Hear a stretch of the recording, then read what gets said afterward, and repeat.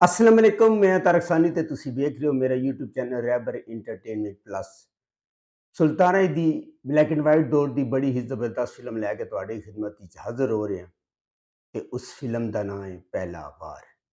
28 October 1973 इतवार दिन वड्डी ईद दा वड्डा तोहफा यानी कि वड्डी ईद के मौके ते रिलीज़ होने वाली एक black and white Punjabi film. इस फिल्म का जिहड़ा मौजू है स्मगलिंग, कतल, पुलिस मुकाबला है। इस फिल्म ਨੂੰ कामयाब फिल्म्स ने रिलीज़ किया सी ते इस फिल्म की जिहड़ी खास गल है चूंकि इस फिल्म के अंदर सुल्तान रई ने गंजे का किरदार अदा किया सी और एक्टिंग करवाने वास्ते सुल्तान रई ने अलहदा मुआवजा लिता सी यानी कि एक्स्ट्रा पैसे उन्हें प्रोड्यूसर को चार्ज किए सन। इस फिल्म के अदाकार सुल्तान रई ते सुल्तान रई ने इस फिल्म के अंदर जैसे कि मैं तुहानू पहले दस्सिया गंजे का किरदार अदा किया है। एक गैंगस्टर होंदा है ते ओहदा नाम बादरा होंदा है। नगमा नगमा ने इस फिल्म के अंदर राणो का किरदार अदा किया जिहड़ी कि ऐसे कबीले दे नाल उहदा ताल्लुक होंदा है जिसका काम लूट मार ते जेबां कटना इस तरह तमाम बुराइयां उस कबीले के अंदर होंदियां न। शायद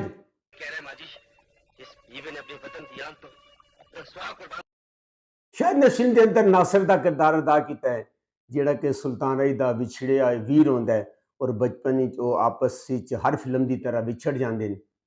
बहार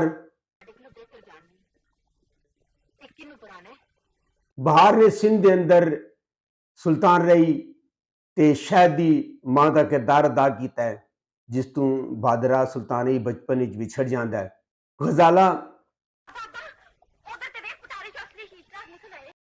गजाला ने भी उस कबीले की एक औरत का किरदार अदा किया है जिहड़ी कि नगमा की भैन होंदी है और आपस ही लुट मार करदियां न। उस कबीले दे नाल उहदा ताल्लुक होंदा है। अफजाल अहमद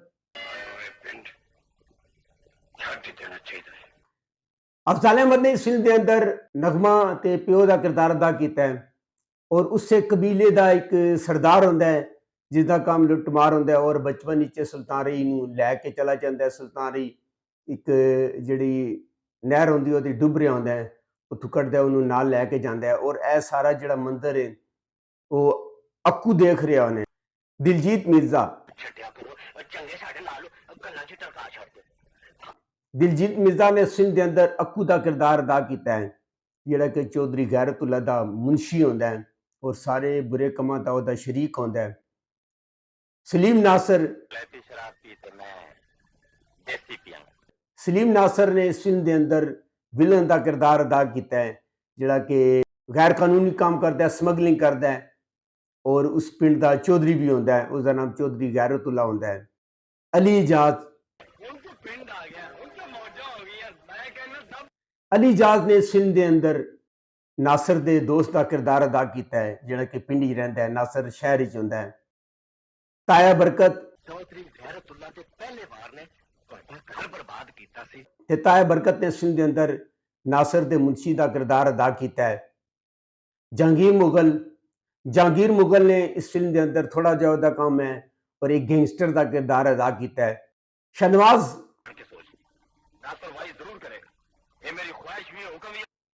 ने इस फिल्म के अंदर चौधरी जमाल का किरदार अदा किया है जिहड़ा कि सुल्तान रई और शहद का प्यो होंदा है और बचपन विच उन्होंने कतल हो जाता है। और इस फिल्म के मेहमान अदाकार सन सुधीर ते मसूद अख्तर। इस फिल्म के हिदायतकार दिलजीत मिर्जा। एदी कहानी लिखी है दिलजीत मिर्जा ने ते एदे मुकालमे लिखे तनवीर काजमी ने। एदे ते सरमायाकारी की है चौधरी मोहम्मद असलम ने। एदा म्यूजिक दिता है सफदर अली ने ते असिस्टेंट म्यूजिक डायरैक्टर जिहड़े वो जुल्फकार अली सन। इस फिल्म के शायर वारिस लुधियानवी सन, गुलकारा नूर जहान, माला, तसव्वुर खानम, आयरन परवीन, गुलाम अली। इस फिल्म का एक गाना बड़ा ही मशहूर होया अपने दौर ही वजया वे निचंबे दी बंद कलिए तैनू रब ने केड़े ले बनाया। ए गुलाम अली की आवाज सी और अपने दौर का सुपर डुपर हिट गाना सी।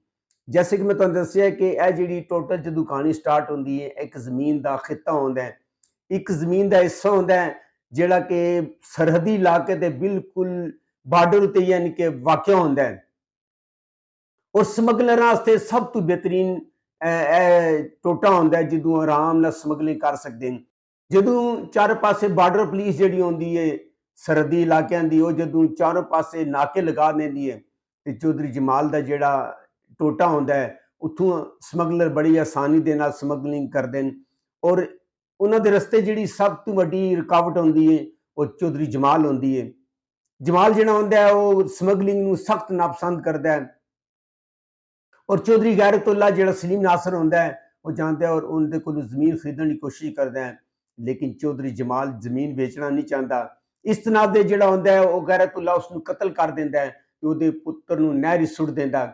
ਔਰ ਜਦੋਂ ਨਹਿਰ ਵਿੱਚ ਸੁੱਟਦਾ ਤੇ ਅਫਜ਼ਾਲ ਅਹਿਮਦ ਜਿਹੜਾ ਹੁੰਦਾ ਹੈ ਉਹਨੂੰ ਚੁੱਕ ਕੇ ਲੈ ਜਾਂਦਾ ਹੈ। ਔਰ ਇਹ ਸਾਰਾ ਮੰਜ਼ਰ ਜਿਹੜਾ ਹੁੰਦਾ ਹੈ ਉਹ ਮੁਨਸ਼ੀ ਅੱਕੂ ਦੇਖ ਰਿਹਾ ਹੁੰਦਾ ਹੈ। ਅੱਕੂ ਉਹਦੇ ਕੋਲੋਂ ਪੈਸੇ ਲੈਂਦਾ ਹੈ ਔਰ ਪੈਸੇ ਲੈ ਕੇ ਉਹਨੂੰ ਜਾਣ ਦੀ ਇਜਾਜ਼ਤ ਦੇ ਦਿੰਦਾ ਹੈ।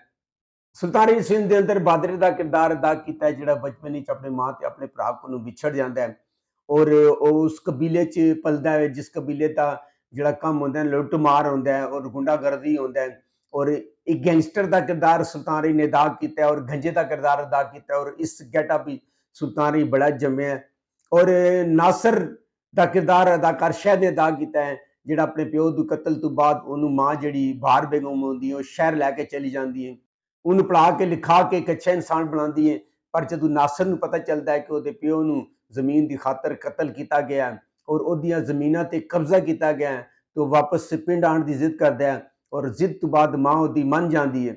ਇਸ ਫਿਲਮ ਦੇ ਰਾਈਟਰ ਤੇ ਡਾਇਰੈਕਟਰ ਦਿਲਜੀਤ ਮਿਰਜ਼ਾ ਨੇ ਇਸ ਫਿਲਮ ਦੇ ਅੰਦਰ ਮੁਨਸ਼ੀ ਅੱਕੂ ਦਾ ਕਿਰਦਾਰ ਅਦਾ ਕੀਤਾ ਹੈ ਜਿਹੜਾ ਚੌਧਰੀ ਗੈਰਤੁल्ला ਸਲੀਮ ਨਾਸਰ ਦੇ ਸਾਰੇ ਬੁਰੇ ਕੰਮਾਂ ਦਾ ਸਾਥੀ ਹੁੰਦਾ ਹੈ। ਉਸ ਫਿਲਮ ਦੇ ਅੰਦਰ ਸੁਲਤਾਨੀ ਜਿਹੜਾ ਹੁੰਦਾ ਉਹ ਨਗਮਾ ਦੇ ਨਾਲ ਪਿਆਰ ਕਰਦਾ ਹੈ ਔਰ ਨਗਮਾ ਜਿਹੜੀ ਹੁੰਦੀ ਹੈ ਸ਼ਹਿਦ ਦੇ ਨਾਲ ਪਿਆਰ ਕਰਦੀ ਹੈ। ਸ਼ਹਿਦ ਜਦੋਂ ਪਿੰਡ ਤੋਂ ਵਾਪਸ ਆਉਂਦਾ ਹੈ ਉਹਦੀ ਮੁਲਾਕਾਤ ਨਗਮਾ ਦੇ ਨਾਲ ਇੱਕ ਮੇਲੇ 'ਚ ਹੁੰਦੀ ਹੈ ਔਰ ਇਸ ਮੇਲੇ ਦੇ ਦੌਰਾਨ ਆਪਸ ਇੱਕ ਦੂਜੇ ਨਾਲ ਪਿਆਰ ਕਰਦੇ ਨੇ। ਸਾਰਾ ਜਿਹੜਾ ਮੇਲਾ ਵਾਲਾ ਹੁੰਦੀ ਹੈ ਕਿਸੇ ਦੀ ਜੇਬ ਕੱਟੀ ਜਾਂਦੀ ਹੈ, ਕਿਸੇ ਦਾ ਕਪੜਾ ਗਾਇਬ ਹੋ ਜਾਂਦਾ ਹੈ।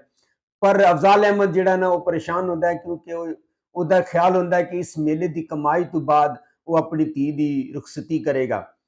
ਔਰ ਉਸ ਕਬੀਲੇ ਦਾ ਇੱਕ ਰਿਵਾਜ ਹੁੰਦਾ ਹੈ ਕਿ ਇੱਕ ਘੜ ਸਵਾਰੀ ਦਾ ਤੁਸੀਂ ਕਹਿ ਰਹੇ ਹੋ ਦੌੜ ਦਾ ਮੁਕਾਬਲਾ ਹੁੰਦਾ ਹੈ ਔਰ ਇਸ ਮੁਕਾਬਲੇ ਦੇ ਅੰਦਰ ਜਿਹੜਾ ਜਿੱਤਦਾ ਹੈ ਉਹ ਜਿਹਦੀ ਕੁੜੀ ਨਾਲ ਮਰਦੀ ਸ਼ਾਦੀ ਕਰ ਸਕਦਾ ਹੈ। ਇਹ ਜਿਹੜੇ ਦੌੜ ਦਾ ਸੀਨ ਹੁੰਦਾ ਹੈ ਇਸ ਨੂੰ ਕੈਮਰਾਮੈਨ ਨੇ ਬੜੇ ਹੀ ਜ਼ਬਰਦਸਤ ਔਰ ਬੜੀ ਤਕਨੀਕੀ ਅੰਦਾਜ਼ ਨਾਲ ਫਿਲਮਬੰਦ ਕੀਤਾ ਹੈ।